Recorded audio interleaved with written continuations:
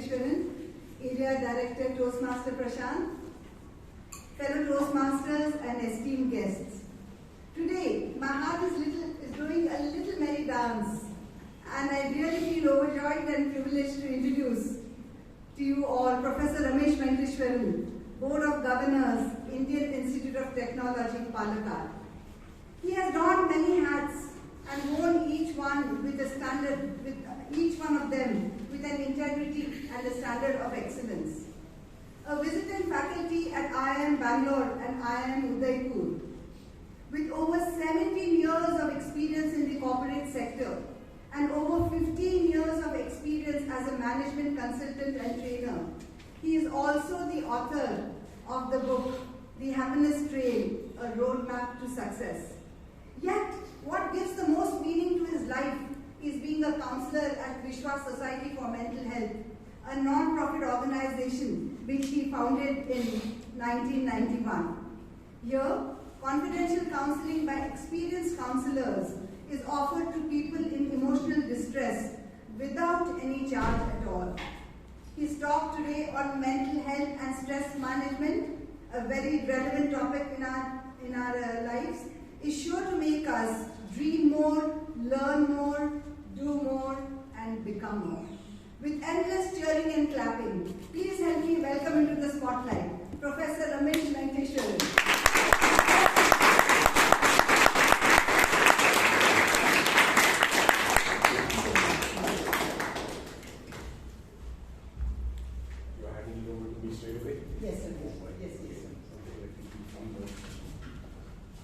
Thank you, Surekha. Thank you so much.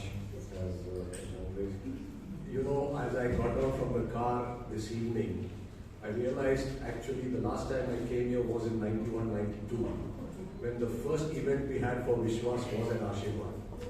And after that, I am coming into this place after so many years. So Ashirwad has a special place for me from the Vishwas angle of the society that we started. We had no idea where we were going and we were headed out. And today, 32 years later, 18,000 people later, we've helped free, completely free. Not too bad. And Surekha is, of course, a very serious study about.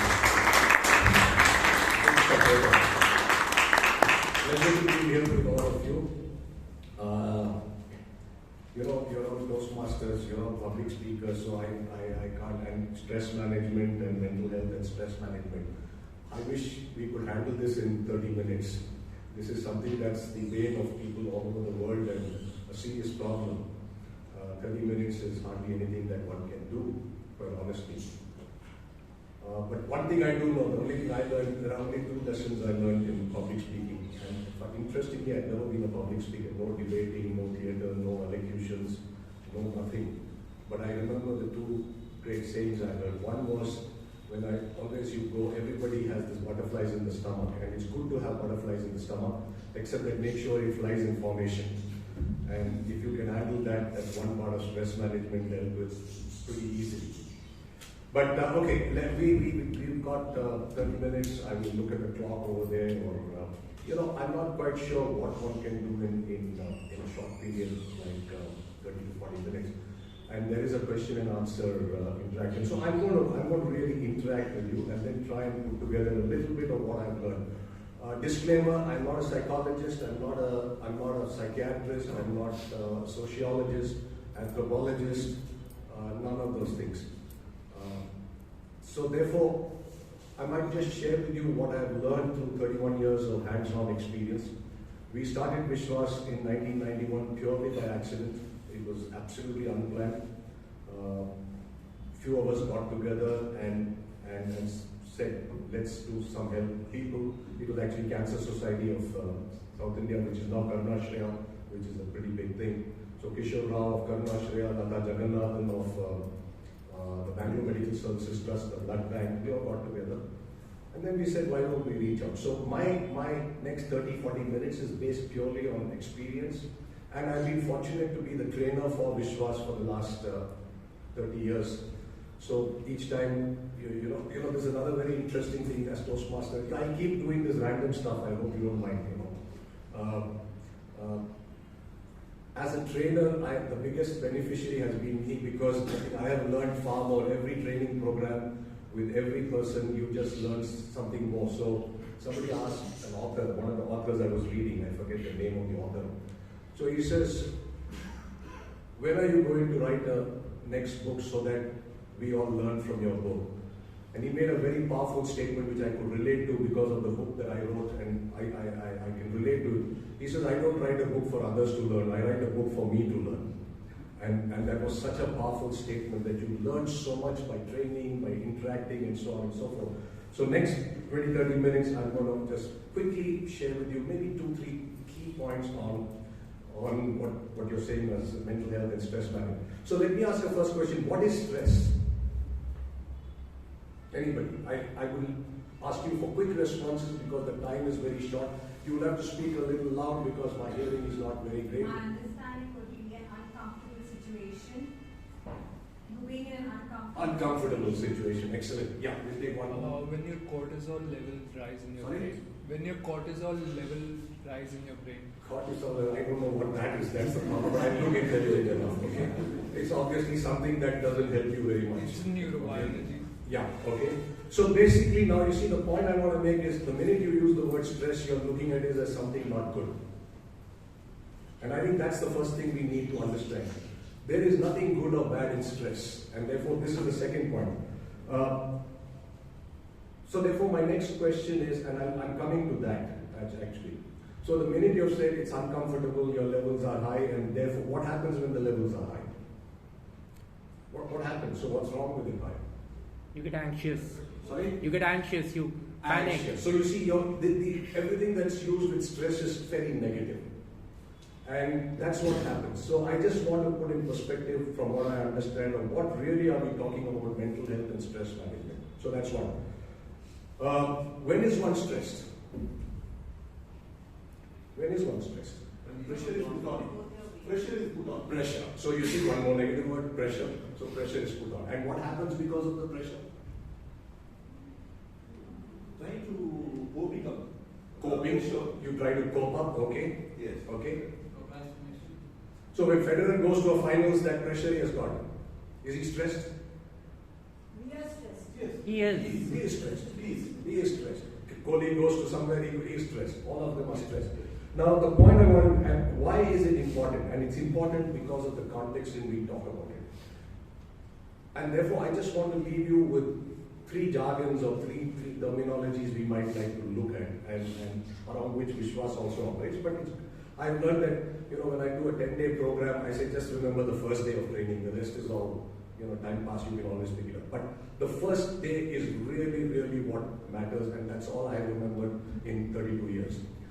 The point is, the 3 words we need to look at is, stress is not a bad word. But we use stress as a word which connotes negativity, pressure, it results in anxiety, it's uncomfortable, and so on and so forth. So therefore, I think what we need to understand when we look at stress management is our 3 words. We are looking at stress, a stressor, and a stress reaction. There are 3 things. There is a stressor, the trigger, the cue, the item that causes stress. There is stress. Now stress really is what happens inside you. You feel uncomfortable, the gastric juices are there, your heart rate goes up, you start sweating. There are a whole lot of things. We don't get into technicalities, but the point is, stress is really what happens to you. And the third is pressure, anxiety, which is the stress reaction. So when you're talking about management, the point that because the title is stress management, I have to bring in the management angle. We are looking at understanding you can't manage if you don't know the components of what you're trying to manage. So unless we know what am I trying to manage, and therefore I'm trying to manage 3 things, of which one you actually can't, which is what happens inside you. You can only manage the other 2, and by managing the other 2, what happens inside you gets managed, because it's a reaction. So the word stress is the stressor. Stressor is the trigger, what causes you whatever it may be, X, Y, Z. And the second one is, as I said, the stress reaction, a result of what happens inside you manifested outside. Not necessarily outside, it could be inside you in terms of feelings, anxiety, and so on and so forth. So the point I want to make is stress is not a bad word because there are two kinds of stress. There is a eustress, a good stress, and a bad stress, which is distress. And we need stress. We need stress because otherwise we'll be vegetables. And therefore, when a Federer goes to a Wimbledon, when a batsman goes out, there is a positive stress which makes them perform. We need that level of energy, we need that level of motivation to perform, and that is what we call the positive stress. But when this goes over a level, so if you were to draw a curve, the curve will be like an inverted U. Up to a level, stress is productive. Beyond a level, stress becomes counterproductive. And that is what you need to manage. That is what we need to understand. That is what we need to do it. And why do I say we need to do it? Because it's very, very individual. And this is what I have learned in 32 years. That's the one thing I have learned is we've got, and thanks to Vishwas, I joke with my family and my friends, not joke, I mean, they take it seriously, but I joke. And I say that thanks to understanding stress management and knowing that it's individual, I have become such a better person in life. And so my wife and my children always remind me, if you think this is a better person, imagine what kind of a person you were 20 years ago. Disaster. And I might have to agree with them in that. But the point is, you understand that stress is about two things. One is understanding that stress I need up to a point, and stress I don't need. So this is very typical. We see this every day. What happens when you're an underdog? When you're an underdog, you don't even worry. I was listening to this Trevor Noah and Roger Federer yesterday. And he said, none of us look for becoming an 8-time Wimbledon champion. I just became a ball boy to a tennis player. And I just want to win my next match. That's all my objective in life. But you start winning 6 and 7, you reach Sampras's goal of 13, then the stress gets you. Because then there is an anxiety. Will I hit the 14th? The famous one, I'm not a great cricket follower, but the nervous 90s of cricket is very common. You want to hit a record. So till the time that you're playing without this, the stress is actually favoring you. You're yourself, you're playing your own game, you're doing everything that you want to do. But the minute you start looking at other things, so I'm trying to come to that. So the point we want to make is, we need to understand up to what level of stress do we need to make us do better than what we should reach our potential. Let's put it that way. Let's reach our potential. And at what level does stress become counterproductive? So if I draw that curve, as I said, up to a level you need stress. So the Federers of this world, the record Messi's of this world, as long as they don't have any big anxiety problems and expectation issues, they're doing well.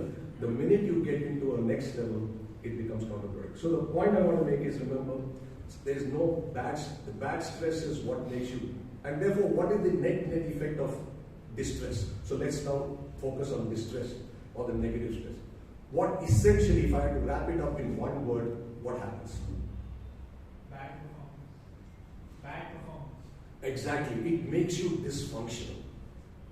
In multiple ways. I'm using a very general. It's dysfunctional. Whatever it could be, from lack of sleep, it could be a nervousness, it could be manifest itself in physical symptoms, it could manifest itself in thoughts, in fears, in anxieties, whatever it may. But essentially, I am not what I want to be. And therefore, if we were looking at stress management, we need to understand, main thing we want to understand is, what is causing me stress? What is the source? And then analyze that to see what will happen on that. So, when you look at stress, this is the challenge that we have. The challenge we have is really trying to understand, why is it I'm feeling like that? And there could be a variety of reasons, from your personality, your background, to so on and so forth. But the other thing I've learned when we talk of stress and management and mental health is the stressor itself. I call it the trigger or the stressor. This again is very interesting. Again, I've learned this through 30 years of counseling. It's something which is extremely personal. There is nothing called a universal trigger. And this is what we need to understand. The reaction to stress is extremely personal.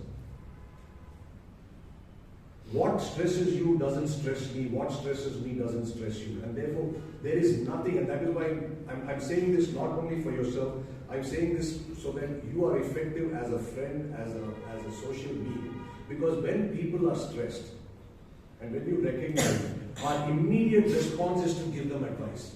Arey, don't worry, yaar, I was also like this. Don't worry, yaar, kya hone wala hai?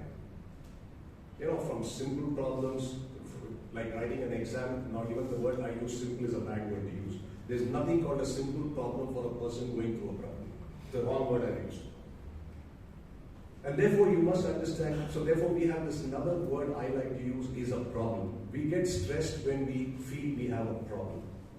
And therefore I'm going to ask this question, how would you define a problem in simple layman terms? What is a problem? Which is resulting in stress. When you don't know how to act. When you don't know how to? Act. You don't know how to act, but what else is there? That is, if I knew how to act, will I have a problem? It's a hurdle, not a hurdle. It's a hurdle. You see, I think that's a good word. Anything, when something prevents you from achieving what you want to do, I have a problem. And that is the problem which results in me getting stressed out. And therefore, we have to really go to analyze what is it that about this thing that is bothering me, worrying me. So I use this, I like it because I think it's an effective way to drive home this point about stress and problem.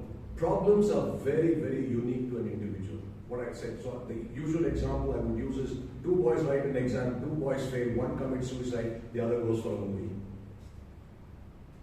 And my question is the problem failure? And what's the answer? Huh? So what is the problem? What is the problem? Attitude? No, it was stressed out. It was the failure. Huh? Accepting the failure. But why did one guy go for a movie? Perspective. Perspective. It's the way, it's my response to a situation that decides whether I have a problem or not. So when you're looking at managing stress, you've got to understand, why am I responding like this? It could be your background, it could be, and I am saying this not just for your own management, but we are all social animals. Your family, your friends, your children, your siblings.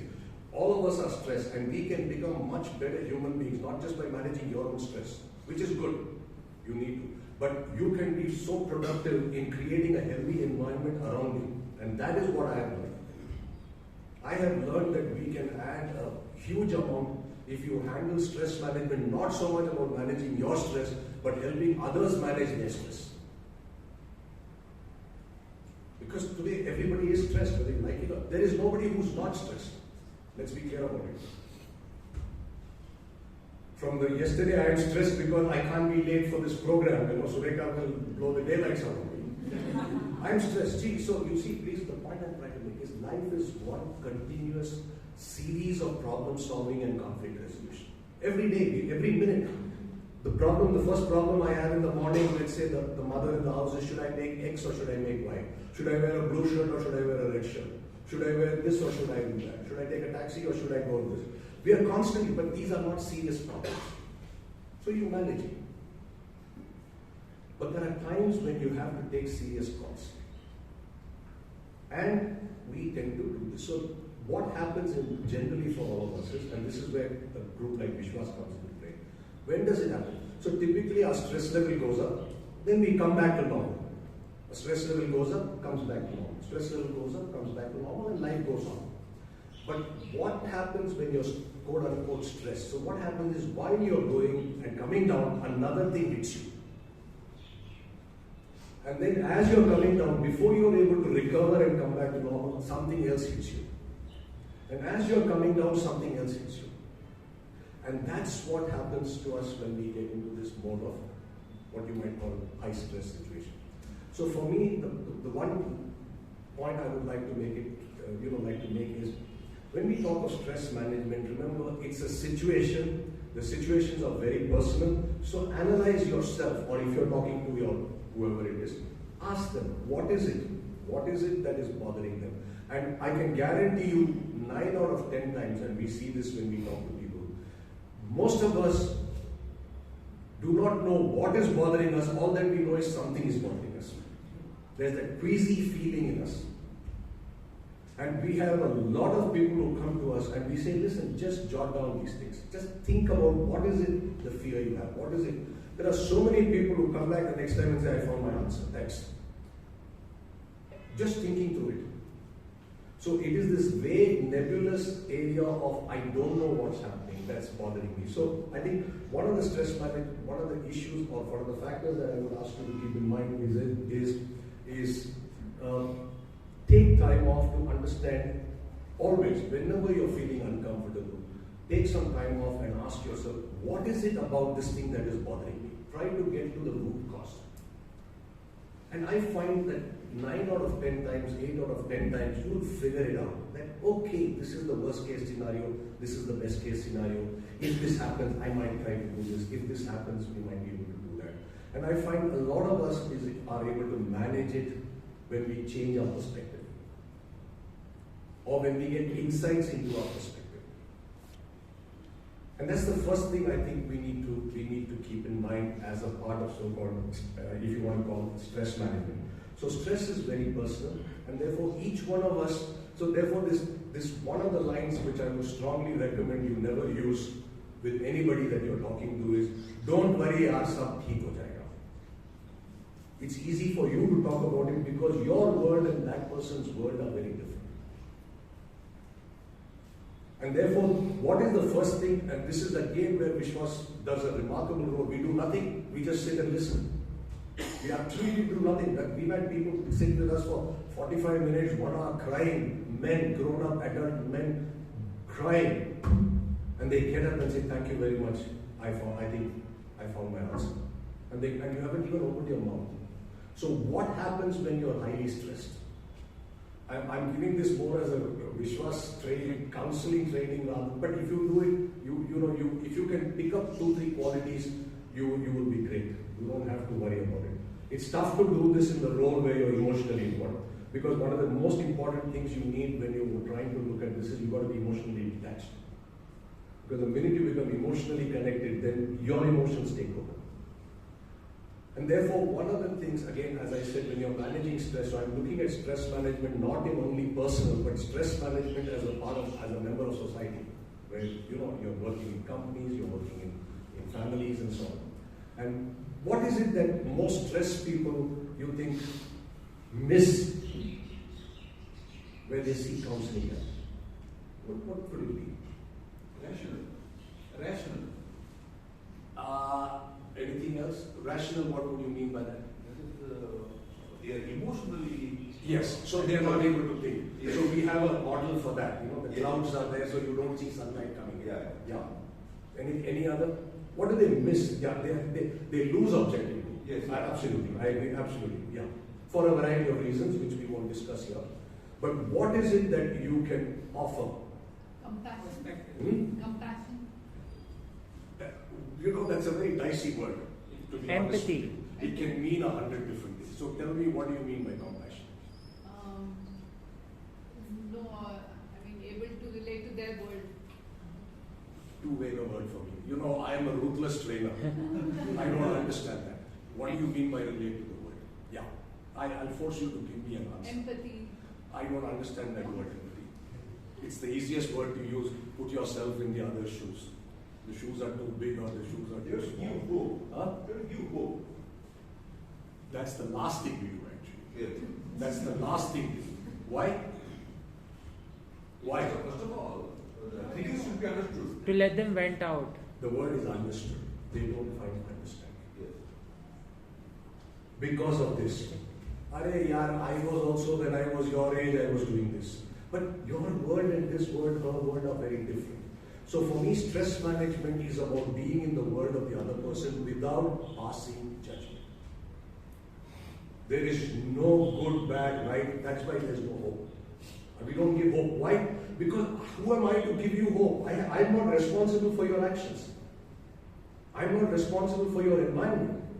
What I can do is I can show you understanding. So what happens? Why is this important? Because today this is a therapy which is very important, and I have learned this. All of you, if you can build the skill of letting people open up with you, you would have done a phenomenal contribution as a family member, as a friend, as a social being. Why? Because what happens when you get stressed? It's the pressure cooker syndrome. The pressure cooker, what is stress? Stress is internal pressure, and you're bottling it up.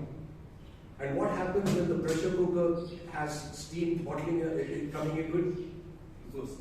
You need that escape valve.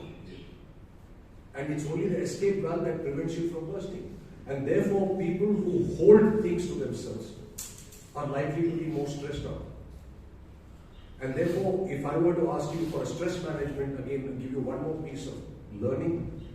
Learn to share, talk. But who will you talk to? You will talk to a person who is not judgmental, who will take the trouble to understand you. And to understand a person, you just have to shut up. Nothing more complicated than that.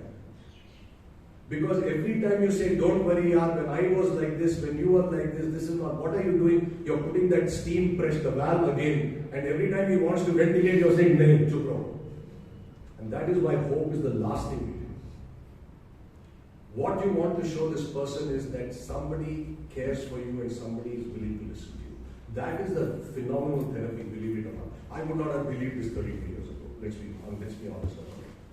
But today I have seen the power of it. And I see the power of it not from Vishwas. I see the power of it with my friends, with my colleagues, with my family, with my children. And therefore, when you talk of stress management, I am not talking about, going to yoga and meditation, and all of that is good. I mean, I'm not saying it's not good, by all means. But I am talking about the role we can play in managing stress in the environment, and not just as an individual. As an individual, I'll wrap this up and then we can go on. As an individual, definitely ask yourself, for me, the best thing is to ask, why am I getting stressed? What is it that is bothering me? And I find many times the answers just come up. So I have found, for example, one of the best ways to do it is just jot it down on a piece of paper. Keep a piece of paper with you. Whenever you're feeling uncomfortable, write down something. Just write it down. So we tell our people, write it down next week, let's chat. And they look at it and they say, God, I've written these things. I think I know how to handle it. And then we work them through that. We help them work them through that.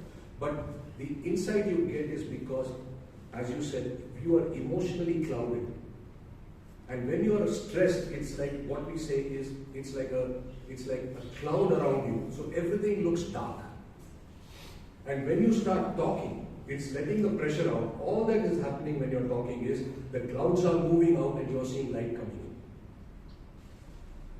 So we call most of the stress that we are dealing with, I mean, I'm not talking about medically induced mental health, I'm talking about what we call transient situational disorders. Transient situational disorder, TSD. The simplest example I can give is you lose somebody very close to you. A young parent, a young spouse, young child. We behave like zombies. We are completely blown out of our mind. Now, that doesn't mean you're mentally unwell. The situation is forcing you to do that. And different people recover at different rates. Somebody recovers in 1 week, somebody doesn't recover in 2 years. But that's the way it is. So that's really what it is. And the last thing I will say before I open it to questions is if you're talking about personal stress management, I have learned again, I will give one simple equation. Where does stress come from? And for me, the two big triggers are expectations and envy. Expectations, I expect something I am not getting, that's the hurdle, that's the obstacle, that's the block, that's the road, speed breaker, you want to call it, whatever you want to call it. And therefore, understand yourself with respect to expectations. Why do I have these expectations? Now, many of us are victims of expectations, let's be clear about it. Our parents drum us, in my book I said, half the time, we are running a relay race, but the tragedy in India is the parents are running the relay race for the children. And when the children become adults, they don't know who's running the race in the first place. And then the child is running a race that he or she never wanted in the first place. Thankfully, it's changing in today's world. But therefore, ask yourself. And the second is envy. Envy is a fascinating, when I was reading and doing a little reading, I found this fascinating, simple explanation of this, more psychological, bit serious psychology. Envy is a great thing. So the question is, does an expectation lead to envy or envy leads to expectation? Ask yourself that. Each one can answer this question. I want to be like him, so I am envious. Or I am envious and therefore I expect to be something or the other. You can ask yourself these questions. So these are the things I have learned, again, personal. Now envy, again, I saw that there were excellent 3 components of envy. When do you envy somebody? When does that envy cause you stress? Comparison. And comparison with? Myself to others. Which has been the success, what we It's always with somebody you know. I don't envy Mukesh Ambani if he has a helicopter, but I envy him. I said he was such a dud in class. We did engineering together. He's driving a BMW. I'm still on. Envy comes only from people you know. You don't envy the guy you don't know. And that is the problem. We make comparisons with people we know. And therefore we need to be realistic. And envy increases to expectation is stress, absolutely stress. And therefore, again, it's worth talking, sitting back and analyzing yourself. Why do I need a BMW? Is it very important? And therefore, there's a brilliant saying by Gore Vidal. He says, every time my friend does better than me, I die a little. Super. You do not envy somebody you don't know. You envy somebody you know. Again, it's part of my stress management. Analyze this. Do I really want to be like this? Why am I envious of this person? Why is this keeping up with the Joneses? The old saying. It's all from years ago. So I would say, so typically for me again, if I had to put it analytically, young people want an analytical 1, 2, 3. And then since I'm teaching this IAM, you want a flow chart and you want a little bit of some diagrams and all that. So all that can be done one big deal.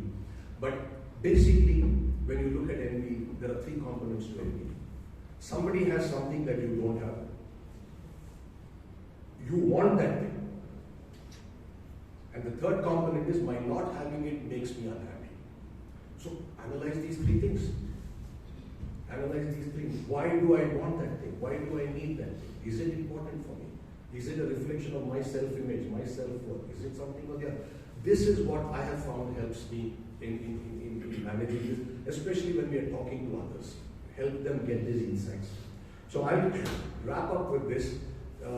It's such a fascinating subject as we go.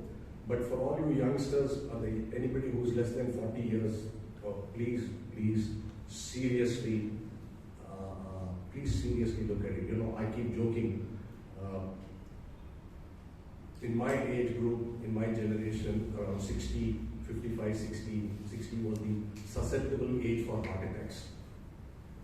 It came down to 50, came down, today it is 30 to 35. It's not a joke, it's serious, it's research, it's serious. 30 to 35, so when I'm doing my class in IAM, I say, can you imagine when you meet on your 10th reunion, how many of you would have had a heart attack? That's serious. No, it's not, I like to make it joking, but it is absolutely serious. And that is why all of you really need to take stock of this on your personal lives. And I'll wrap this up with this one last statement. You see, the point again to younger people is, why is this management so important? Unlike for generations like us. See, our generation grew up in an era where change was so slow. My parents, I know. When I was in college, we could get one bottle, half a liter of milk in Bombay. Couldn't get bread, couldn't get sugar, couldn't get anything. There were 2 cars to choose from. And chances are it was a second-hand car, because a first-hand car you would have to wait for 10, 20, 30 years. A Fiat or an Ambassador, or you wait for a Chetak. So what I say is, our generation was what I call life. If you take it as a journey, we were on a gently flowing stream. with water about 6 inches. So you couldn't capsize. Nothing significantly harmful could happen to you. Your journey was slow, you may fall into the water, get your ankles wet, you come back onto the boat, and you move on. Today's generation, I call it the whitewater rafting generation. You are on rapids. Change is happening every 3 years, 5 years. Change didn't happen to us for 20 years, 25 years. The same cottage almara, the same refrigerator. My parents were proud that they had kept their refrigerator for 5 years. My children are looking and saying, that person has changed. You still got a refrigerator for 5 years? No, the world is changing. Today I am scared to ask anybody, how's your husband and wife? I'm not even sure they're together. No, it's serious. We are laughing, but it's the truth. The point I want to make is all things are stressful. It is not easy. Your life is nowhere near easy as compared to our life. Let's be clear about it. There's enough research and work done by mind, more is less. More options and less satisfaction. And therefore, all of you must calibrate yourselves periodically. All of you must take stock of your situations. Right in my book, we all take pride in doing strategic exercises for our corporations. We do visioning, 5-year plan. Do it for yourself periodically. Ask yourself, what is your journey? Why is it important? Again, remember, you are not the same person at 20, 30, 40, 50 and 60. What I wanted at 20 is very different from what I want as a young married fellow.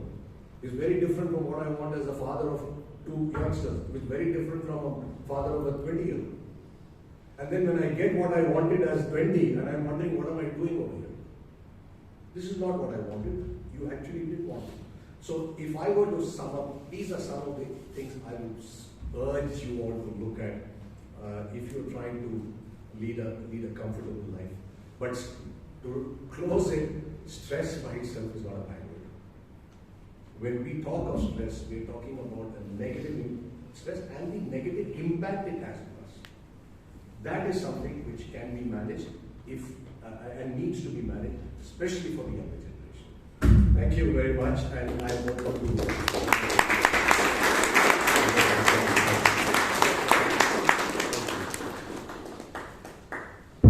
anyone would yes. Thanks a lot, sir. Great insight. So just a very subjective question: how much is more and how much is less? Again, you have answered the question when you said it's subjective. This is the point. Some of us can take more pain, some of us can take less pain, isn't it? Some of us, I get stressed out if I'm not leaving at least 4 hours before a flight. My son says, "What's wrong with you? What are you going to do?" So he's stressed out when I say let's leave. I'm stressed out when he says let's not leave. And it's very subjective.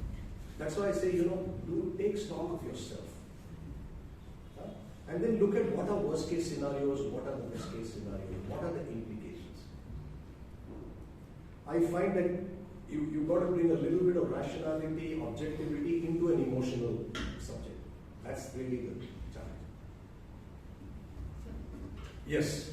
How do you help another person who is stressed? For example, my son is doing PhD, so he's stressed. Yeah. And I did the same mistake like others. Oh, I have more stressful situation, there's nothing. Yeah. So how do That's really the base on which we work, to be honest with you. But it works anywhere. You don't have to come to Vishwas for this. And that's what I said, the biggest beneficiaries of our counseling center are the volunteers. All of us have become better people because we have become sensitive to these kinds of issues. So the point really is, what is it that we need to show people? And this is again for your generation today, in fact my generation. I think we are also a disaster. I'm so sad to say that. One of the things which is missing today and which we need is, stress levels are higher today than what it was 20 years ago. If you've got that graph of the prosperity is going up, the happiness is going down, there are enough data on this, too much of data on this. And therefore, some of the things you can do when you look at it is, do not pass judgment. You know, I told you I told you study, don't go around playing over there. I told you this, I told you that. We just be with them. Most of us want to ventilate. We want to share our feelings. And that's why the focus when you talk of stress management is not so much the physical things. It's about feelings. It's about emotions. And if you can ever, empathy, so when you say empathy, for me there is only one definition of empathy. For us, empathy is not putting yourself in a shoe, not putting it, it's being able to identify the underlying feeling. I see you're angry because of this. So we have this formula called fact plus feeling. You are feeling this because of this fact, or this fact makes you feel. If you can do that, I can guarantee you relationships better, because just for the first time, people are understanding me. I'll give you a very classic example. We face this. A young girl comes to your center and you said give hope. I'll ask you, what would you do in a situation like this?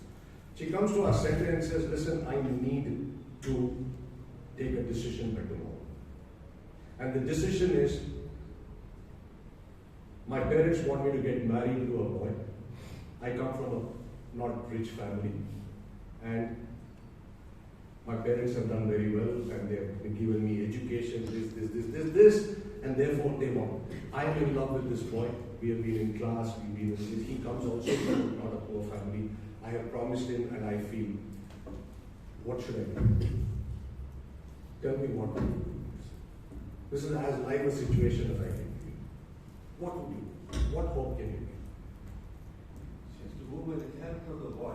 Sorry? She has to go by the character of the boy who lives with her. Character, wonderful child. He has to believe her. He has to. I mean, what are you going? You can't do a Thomas assessment personality test there.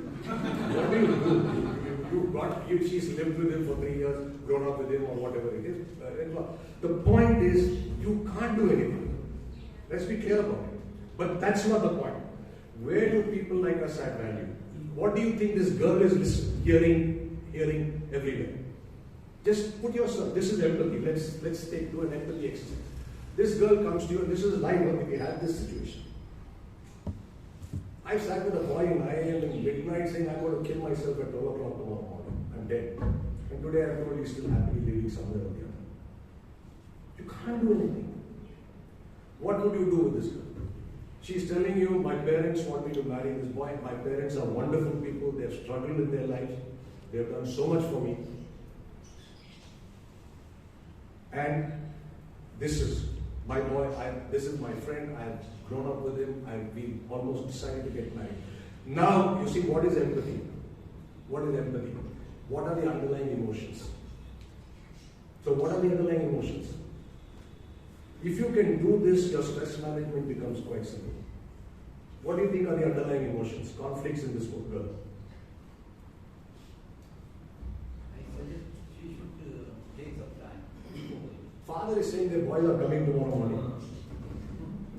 Peer pressure from parents. Hmm? Peer pressure from parents. Pressure from parents. Who? From parents. Who? Who should give pressure?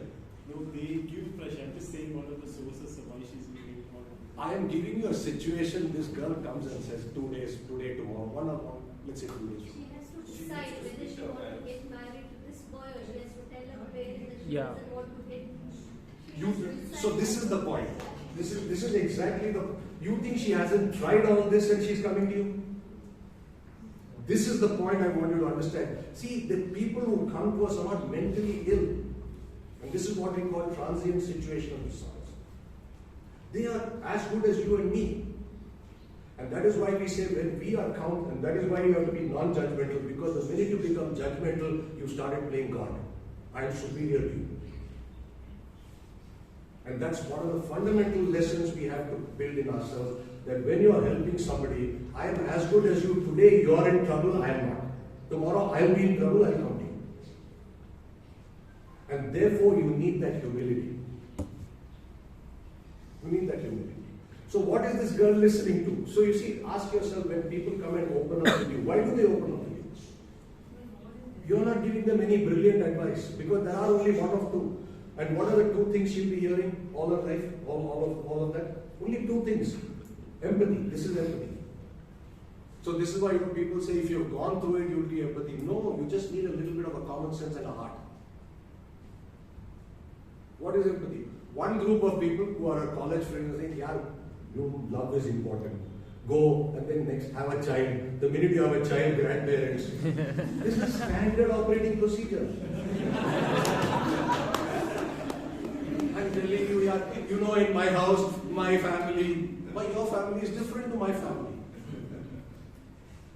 That's one side. What will the other side do? All are relatives, you know, ungrateful. Your parents have gone through so much. You've done, what is this love chakra? Huh? Show some gratitude. Now this girl is torn between two emotions. A sense of guilt, a sense of shame with her parents, a sense of letting down, and a sense of integrity with the boy and, you know, hurting a boy. And you have to address those feelings. When you do that, you can't give her hope. She goes out and she says, okay, I don't know what I'll be. And that is what we do differently when we are helping people. We don't give opinions. We don't give opinions. We give insights. Then what you would do is ask your son or whoever, if you did this, what are the implications? If this happened, how are you going to handle it? If you tell your father, I'm going to marry this boy, how is he going to react? What are the likely consequences? See, that cloud prevents them from thinking of all those things. And that is what we need to look at. So I go on, I'm usual, like a very long answer to a short question. But when you talk of these things, the main thing is, and that is why it's extremely difficult for an emotionally involved person to counsel somebody in stress. It's not easy. So I will never be able to counsel my son. I'll ask my friend, yeah, talk to this guy. Yeah. I can't, because he sees me, his blood pressure goes up. I see my blood pressure. No, but that is because we have an emotional connect, we have a responsibility. And therefore it's extremely difficult. And that is why I say, if you can pick up some of these qualities, your relationship in your families improve phenomenally. I can tell you that out of personal experience. I can tell you that. Without a doubt. Somebody. Sir, you want to suggest one exercise every day to prevent stress in our life? You know, when I come for the next talk, I will wear one saffron robe. I am not qualified to do that. There are hundreds of exercises. From your experience.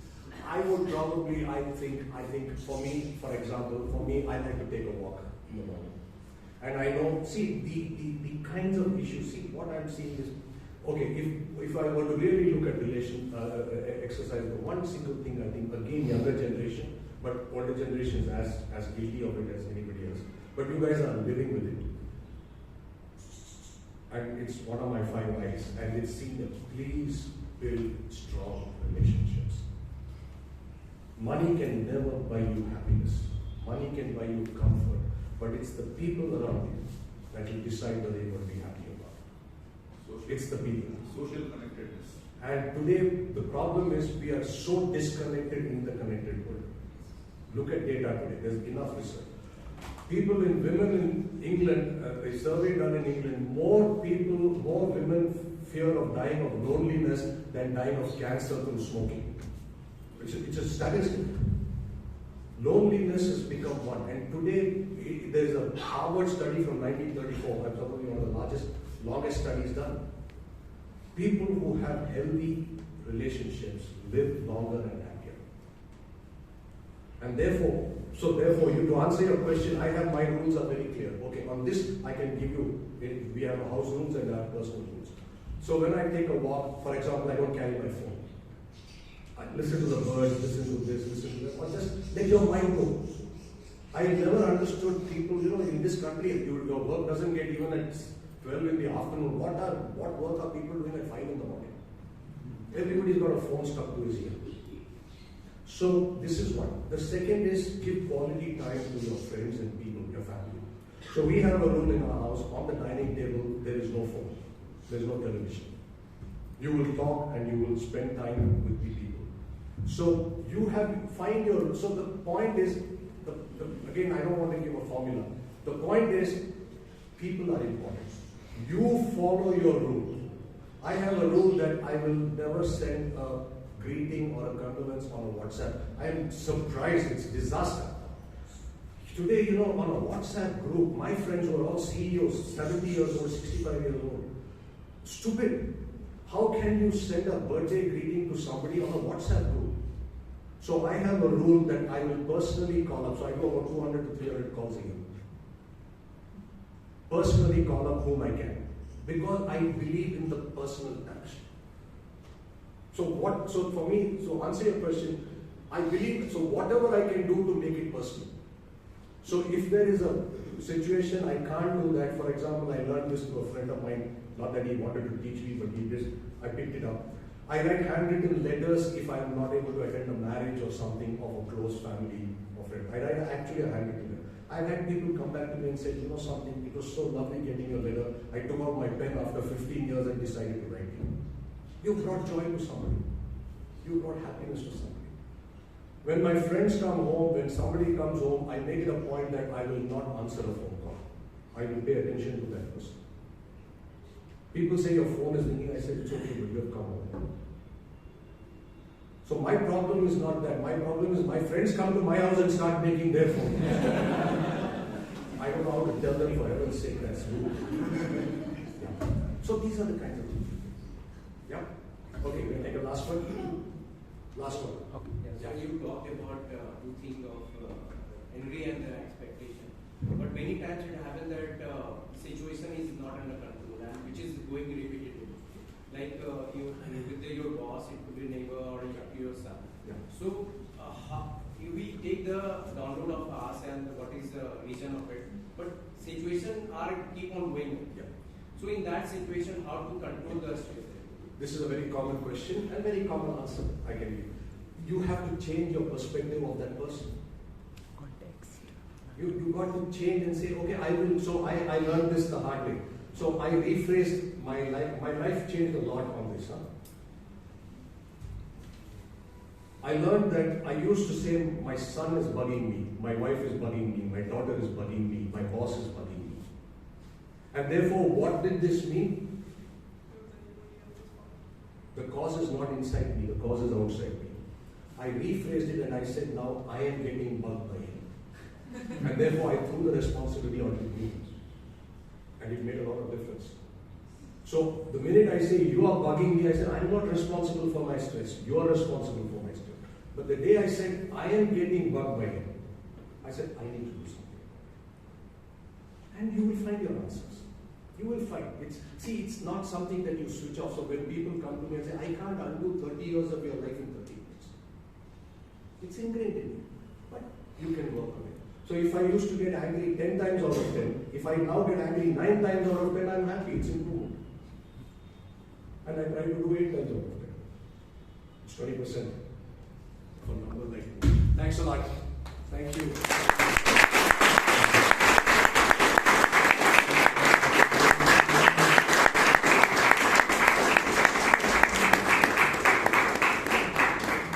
So let's thank Ramesh for such a spectacular, smashing, amazing job on stress management.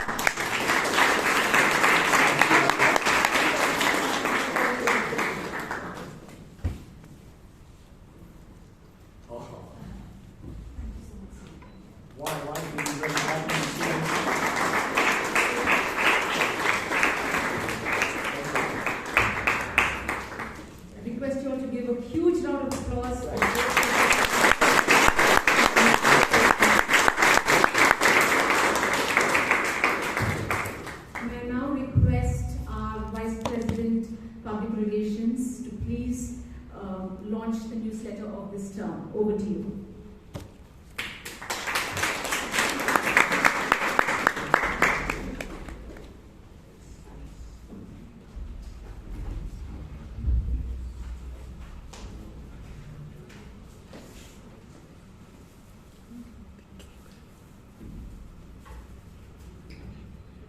Fellow Toastmasters and dear guests, good evening. Good evening. We all know that a typical Toastmasters meeting focuses on 3 important skills for better communication. What are they? better speaking, better thinking, Better listening. better listening, right? But there is one more important skill that is required to become efficient communicators and better leaders. What is it? Better writing. Absolutely. We at the Bangalore Toastmasters Club launch a newsletter every 6 months. And today we are going to launch the newsletter for the term July to December 2020. And this newsletter is a fantastic platform for our members to hone their writing skills.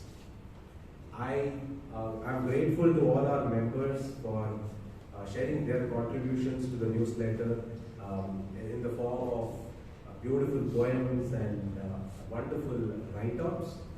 I'm grateful to my editorial team comprising Toastmaster Priyanka Ranare and Toastmaster Alok Simha for all their time and effort.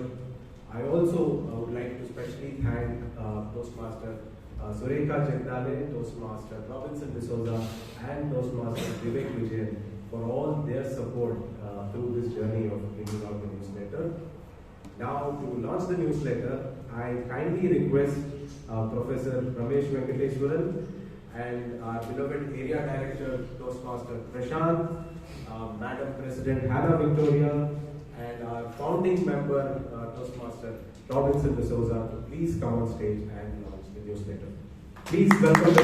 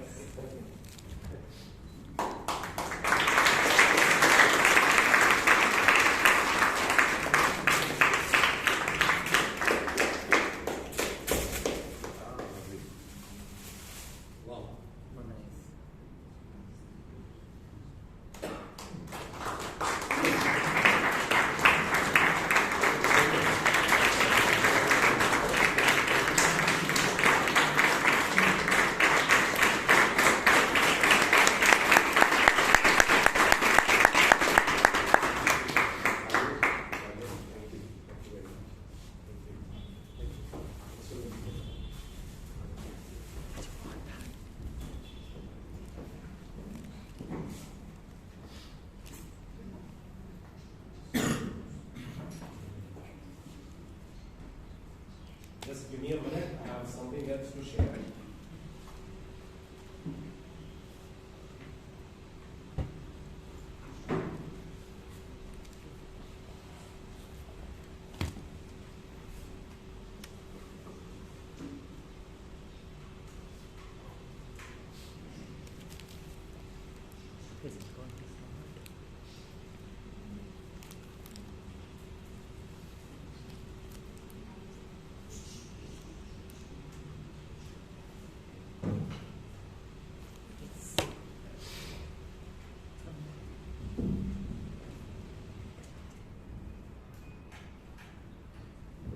Thank all the dignitaries for launching the newsletter. Before we go into the break, I have a small video clip to share with all of you. As you all know, the year 2022 has been extremely special for the Bangalore Toastmasters Club. Why is it so? 25 years. We celebrated 25 years of our glorious existence. And such a special year deserves a special ending. So we want to end this year, 25th year, on a high note. And as you all know, Bangalore Toastmasters Club has transformed the lives of many. It has nurtured many leaders. It has empowered individuals to go beyond the limits and transform so many lives.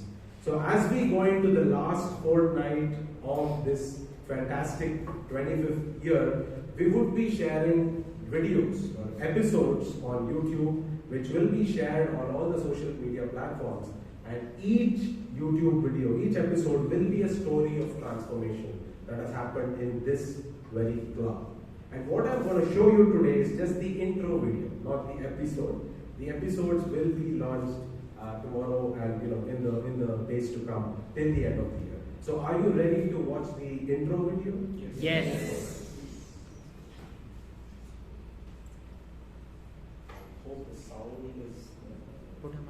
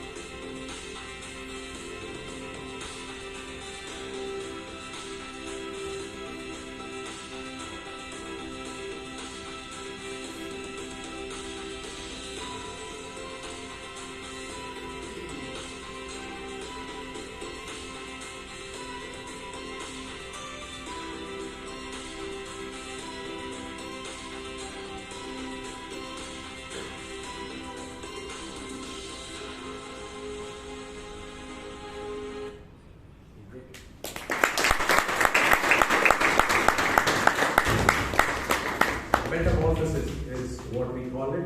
Metamorphosis is transformation, and you will get to hear and see tales of transformation in the next couple of weeks. With that, I hand it over back to. Okay. Well, the Madam President says we have a short 2-minute break before we come back to the election. See you on the other side. Yes. Yes.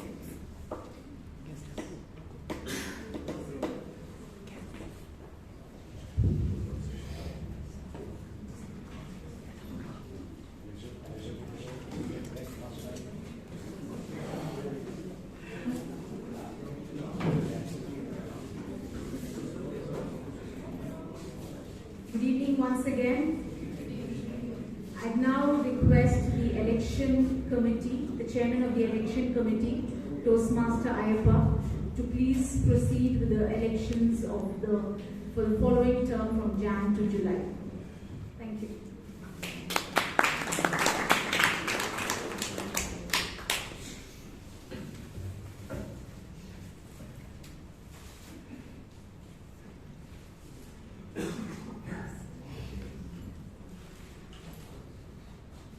Ladies and gentlemen, very good evening. Good evening. And welcome you all to the VTMC election procedure for the term January 2023 to June 2023. If any of the guests, if you're not interested, if you're interested in witnessing our election, you can stay back. Otherwise, you can leave. Yeah. Also, if you are interested, I request all the members to sit in one side and guests to sit in the other side. Yes, could you please raise? I think we have very limited guests. They can sit at the back. I think all the members can come front.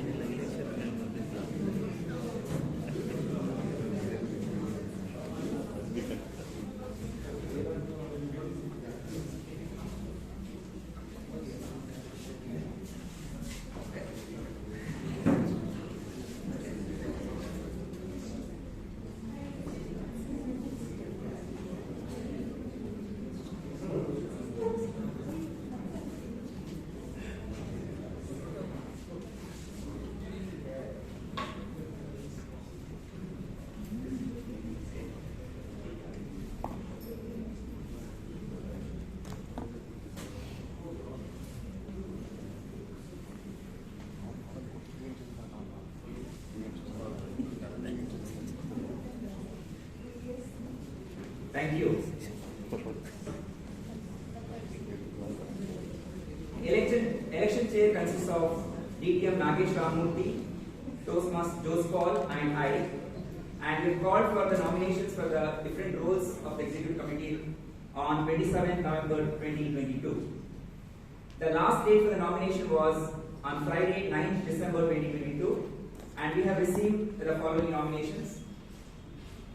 For the President, we have Toastmaster Vaidyanathan, Vice President Education, Toastmaster Shashank, Vice President Membership, we have Toastmaster Kamlesh Kumar, Vice President Public Relationship, we have Toastmaster Nazdeen Begum. For the post of Secretary, we have Toastmaster Vishwanathan, Treasurer Toastmaster Shelma, Sergeant at Arms Toastmaster Chiram. Those who did not get nominated can always stand on the floor and nominate yourself for all the roles of the executive committee. You still have a chance to contest. Please think it over. Let's start the proceedings now. I will now begin the elections for Bangalore Toastmasters Club officers for the term January 2023 to June 2023. For each position, I will call for the nominations or additional nominations 3 times. After I have called the nominations 3 times, I will declare the nominations closed. If there are no candidates for a position, I will instruct executive committee to search for a candidate and hold election for that particular position at a later date. If there is only one candidate for a position, I will request the secretary of the club to put a motion that name is elected and to the particular position for the term January 23 to December 2023. If there is more than one candidate, each individual will have opportunity to speak for 2 minutes. We will then hold a secret ballot. The winner is a person with a majority of votes. The winner will then be announced. Nominations will be in the below order: President, Vice President Education, Vice President Membership, Vice President Public Relations, Secretary, Treasurer, Sergeant at Arms.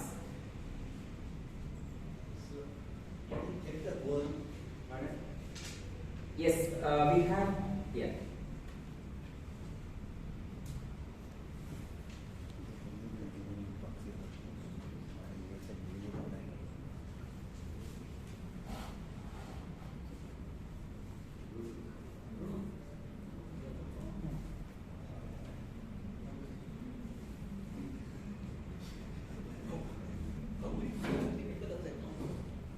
We have 79 members in the club.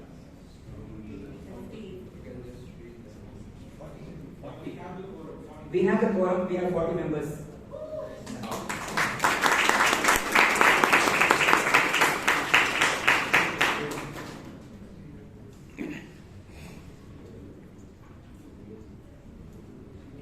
Now let's start the election. For the office of president, there is only one nomination: Toastmaster Vaidyanathan Doraiswamy.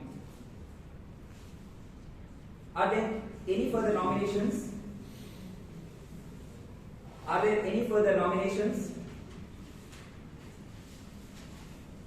Are there any further nominations? Since there are no further nominations are closed. I request the secretary to cast your vote for the Vaidyanathan, Toastmaster Vaidyanathan. I cast my vote in favor of Toastmaster Vaidyanathan. Thank you. I declare Toastmaster Vaidyanathan elected to the position of president. Let us congratulate our new president, Toastmaster Vaidyanathan.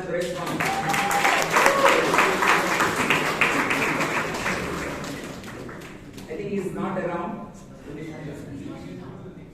Okay.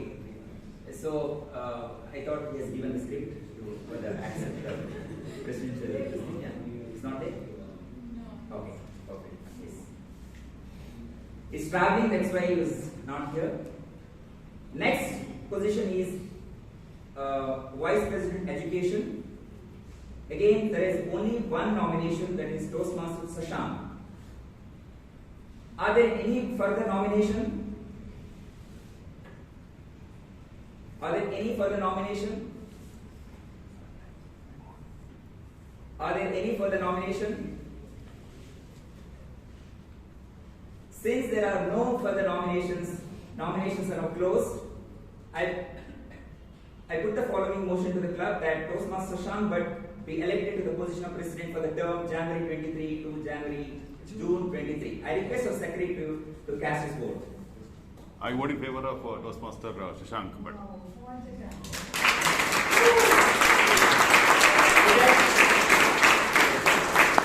I declare Toastmaster Shashank Bhatt elected to the position of president. Please congratulate our new president. I declare Toastmaster Shashank Bhatt elected to the position of vice president education. Let us congratulate our new vice president education, Toastmaster Shashank Bhatt. Also, I request our newly elected vice president education, Shashank Bhatt, to present his 2 minutes acceptance speech.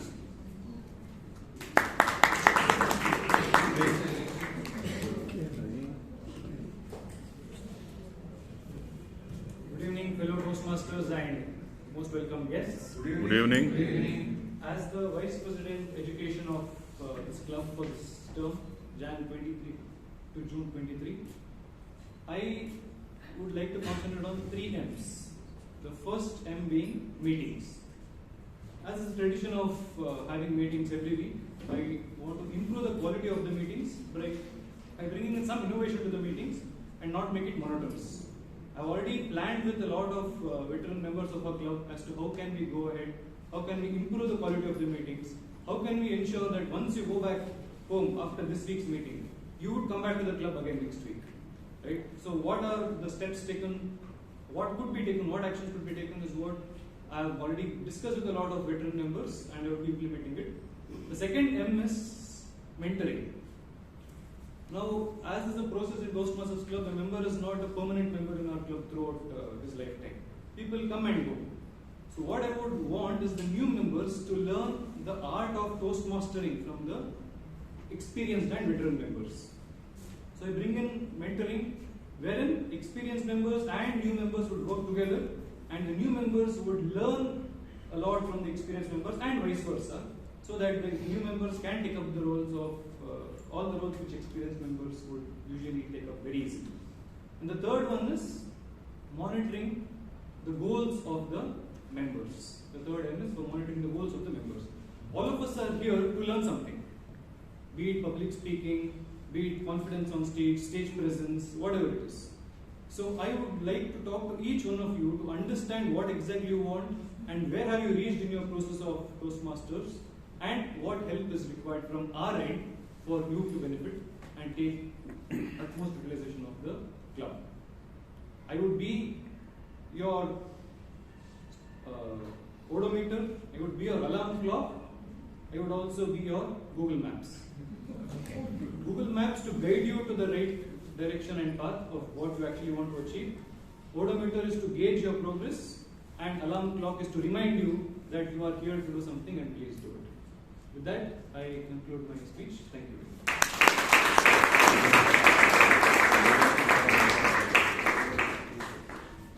For all elected members, the speech is going to be only for 2 to 3 minutes. You can keep speaking later. Yeah. Thank you. Next, for the post of Vice President membership, there is only one nomination, that is Toastmaster Kamlesh Kumar. Are there any further nominations? Nomination call 2. Nomination call 3. Looks like there are no further nominations. Nominations are closed. I request our secretary to cast your vote. I cast my vote in favor of Toastmaster Kamlesh Kumar. Okay. With that note, I declare Toastmaster Kamlesh Kumar to be the vice president.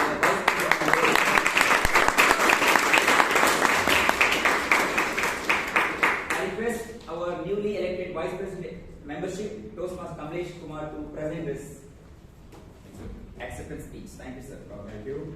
Yes. Good evening, Toastmasters and fellow guests. I can vividly recall the first day when I walked into this room, and I was warmly welcomed. And later, I became the member of this prestigious club. I can still feel how it is important to be welcomed. And I am a member of this club for last 4 years. And my journey was so exciting and enriching that Bangalore Toastmaster Club not just helped me in my professional career, but also uplifted my morale in personal life. In last 4 years, I was also contributed to the committee as a secretary and treasurer, and I think I did my job as it was expected. And now I think the time has come to take higher responsibilities and give back again to the club. So what I have decided myself with heart and soul that with the two prominent things I will be doing.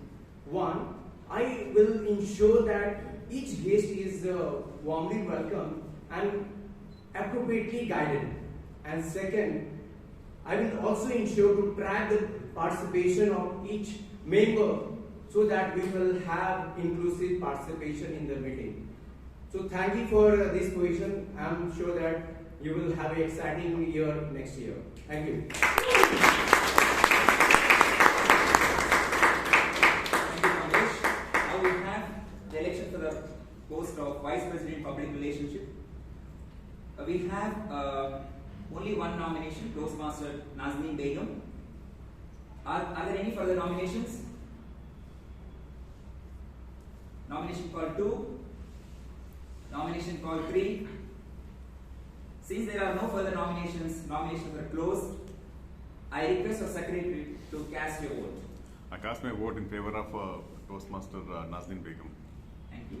I declare Toastmaster Nazneen Begum elected to the position of Vice President Public Relations.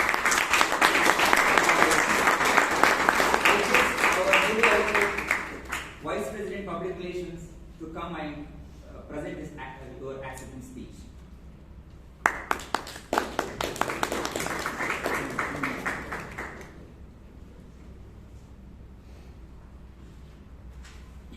Good evening, BTMC family. Good evening. I am a proud member of your prestigious BTMC family. Under the guidance of the stalwarts of BTMC, I take pride in contesting, and I have been elected for the post of PDPR. A leadership without purpose and without an impact is a leadership which is really waste. The legacy left behind by predecessors, I would like to take it to greater heights. I propose my objectives. Every member will be applauded for his or her achievement. Since I'm already a part of Global Toastmasters and Toastmasters Connect, I'll make sure that you will be spotlighted globally, not just in our club. I will try page 3 of Times of India to highlight special events that take place in our club. David Helen will definitely feature our accomplishments time and again. I propose to start a virtual group for the clubs who conduct all offline meetings so that online meetings and offline meetings can know the stature of PTMC. I propose to make up-to-date all the social platforms. I promise to encourage every member to attend Toastmasters meetings outside the country as they can gain experience, and it should be a tremendous success for them. Don't be bewildered if you hear BTMC or your name being called out in your favorite radio station, FM. To be an officer of such a heritage club is a moment of honor, a moment of pride, and a moment of great responsibility. With your valuable votes, I'll be the right choice to represent your voice as BPPR. Glory, glory, BTMC. Thank you.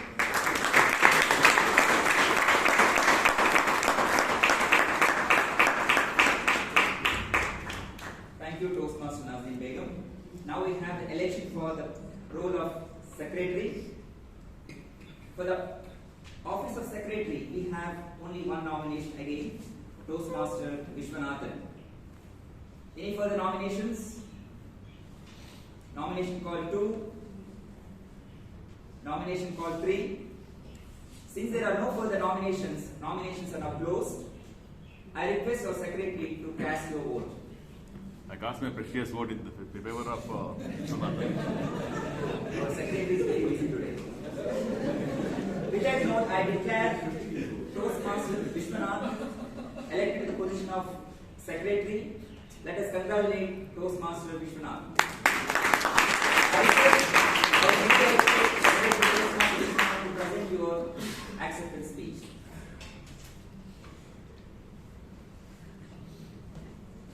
Hello, good evening, fellow Toastmasters and welcome guests.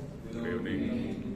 I can only say this, thank you for this opportunity, and being a member, new to this TMC and as a Toastmaster member, it's an immense pleasure for me. I'm very much excited to be part of the XCOM committee. Thank you for that wonderful generosity and votes. I thought probably I need to speak a lot actually when I know these. I think given the responsibility for me as a role in terms of the secretariat, I'll be focusing more on my responsibility in terms of the minutes of meeting, which is very critical. So those who couldn't make it and make it in terms of the presence in the to meet the meeting, I would be able to share that in an online, and that is more one of my responsibility would be. And also I'll also make sure that to work with VP in terms of the education to make sure every members can on their progress, specifically in the Toastmaster journey, which is the pathway. And also I'll make sure that whatever the responsibility in terms of managing the correspondence and those files, what is required for me to look forward and maintain it, and also be part of the XCOM to see what I can do better. I'll also seek for your inputs, being all seniors, given me an opportunity so that if there is any improvement which I can put it across. Thank you for this opportunity.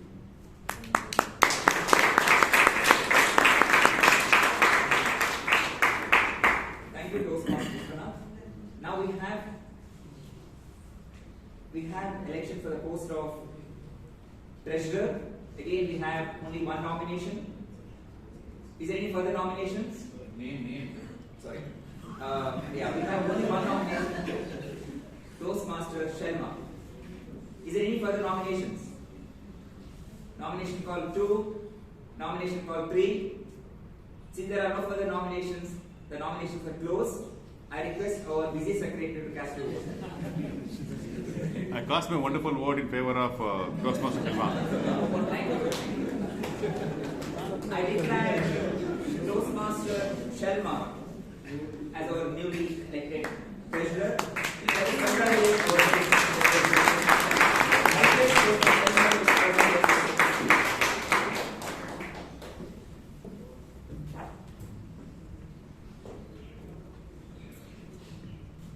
Good evening, my fellow Toastmasters, guests, and all gathered over here. Good evening. It's my great privilege and honor being a member. I've joined Toastmaster in the month of June 2022, and today I'm here elected as the treasurer for BTMC Bangalore. It's a great honor. In fact, my daughter was telling me, what speech are you going to say, Mama, today at BTMC? I said, I don't have any prepared speech, but I've been the nomination of treasurer at BTMC. So, few days back, when we were just segregating our wardrobe, I got a bunch of, letters. So, my daughter took one letter and she started reading. And that letter had few words like this. 1 kg rice price is rupees 15. Now the expenses have all increased. So, and then she started laughing. She said, Mama, what is this? The rice price you have written in a letter? So at the age of 13, when my mom was working in Saudi Arabia, I used to write letters. And from those days, I used to manage the expenses of my family house. So it used to be like, everything matters, like every day-to-day expense. So the treasurer role, I think I started playing from a very young age. So from the age of 13, and after, growing up, and when I started my family and with everyone, so it role continued.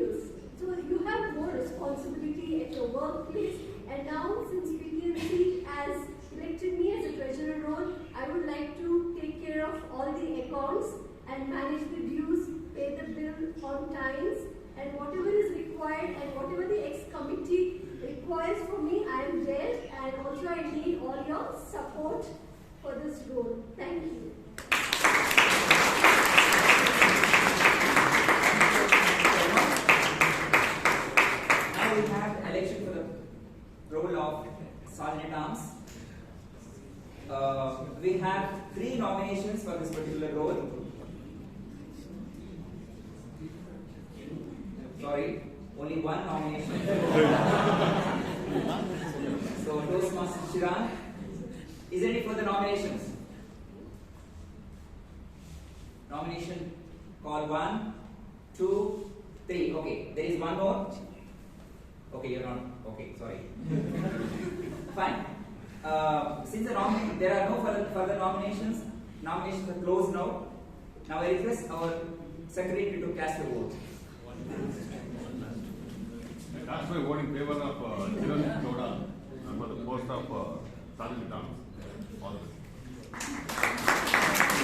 I declare Toastmaster Chiran to be our newly elected Sergeant-at-Arms. Let us congratulate our Sergeant-at-Arms, Toastmaster Chiran. I request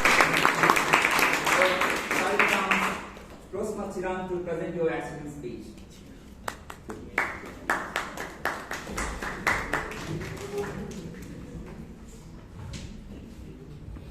Yeah, greetings fellow Toastmasters and guests. It was very confusing actually. So someone is saying, at the final moment I got to know by Ayappa that there are 3 nominees. So I was just judging whether to give a nomination speech or acceptance speech. But it is going to be on the same context. So when I joined, also normally I believe that October is the luckiest month of my life because I was born in October. But later I found out that it is December because I joined Toastmaster back 1 year back on the same December, and I'm getting elected in the same December of 2022 for the next term to take up Sergeant-at-Arms role. So Toastmasters Club has helped me a long way because in the 1 year when I stepped in at my first meeting and when I wanted to give my first icebreaker speech, I was very hesitant to take up this podium. But right now, after the members have helped me to get familiar with the public speaking and all those things, I was able to be in the subcommittee of Sergeant-at-Arms as well as PR committee, and then lead a trailblazers team in TPL last term. And I wanted to take it to the next level, and as well as BTMC also believes that in terms of continuous improvement, I want to be part of that improvement process as well. So I thought of taking up a role, and I decided Sergeant-at-Arms because it is a very interesting role. Because when it comes to a public speaking platform, you don't get much time to speak. But the thing is, it plays an important role as a whole. The meeting goes on because you play a very important part in setting up the whole meeting, as well as you are the first one to start the meeting. So I'd say that what my agenda will be, it is going to be of 3 E's: energy, enthusiasm, and excitement. So energy, as we are in the Friday evening at 6:30, so we all know we go through a whole week of workload. But whenever I come here, so I want the people to prepare and get them excited and energized about the meeting. And enthusiasm while leading the members as well as the guests, and excitement to introduce our president in the best possible manner. This is going to be my thought process of a role, and I'm really happy to accept this role. Thank you. Thank you. The election for the term January 2023 to June 2023 is closed, and I request all the newly elected officers to come to the dais.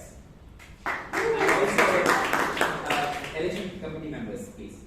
Toastmaster and Toastmaster.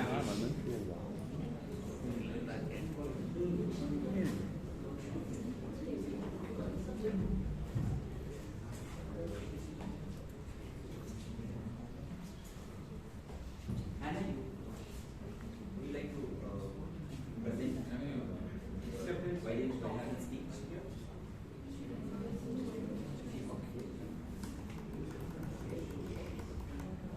Please come.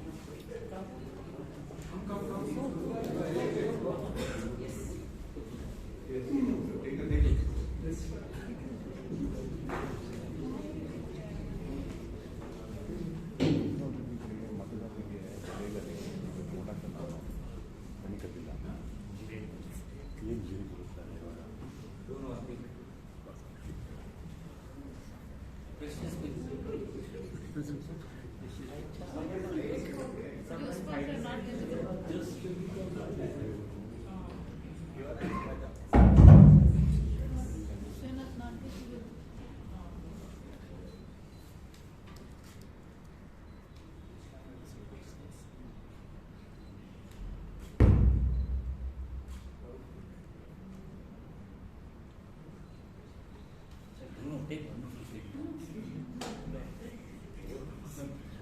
you. Thank you so much. Back to our president, Toastmaster Hannah.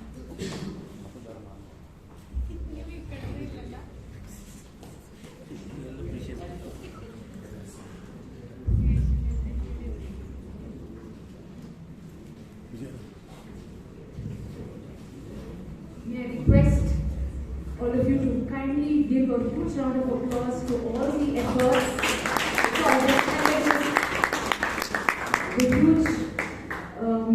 the efforts put in by the election committee, Toastmaster Ayappa, Toastmaster Nagesh, and Toastmaster Jose Paul. Please give it up for them.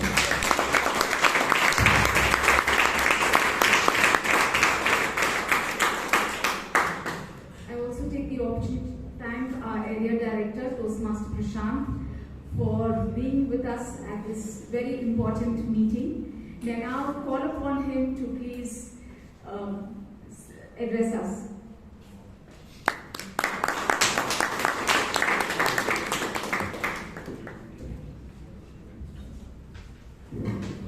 Thank you, Madam President.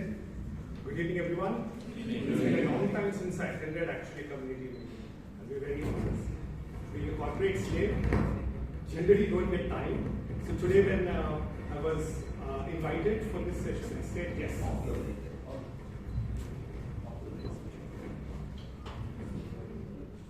Yes. Are you able to hear me? Yep. Yes. Thank you. Usually my voice is a bit louder. So when Toastmaster Hannah invited, I said yes. This is a session I should not miss out. This will be the time for me to connect. Now I know that I'm actually probably standing between my small speech and I don't know what's the next step, so I'll try to keep it short. Congratulations to the XCOM team. I know it's a very important step always. And as the new XCOM comes in, there are always new requirements, new priorities, but the key priority always remains the learning. I was just reading through the newsletter and I saw a very nice table. I don't know how many of you have seen it or not seen it, but I just saw. So Bangalore Toastmasters has already achieved 80% of its targets by December 31st, maybe even all of it, right? So it's going to be again once upon with no surprises, the President Distinguished Status Club, which I'll be very honest, I don't know for how many years it's going on, but the tradition continues. So that makes my job very easy.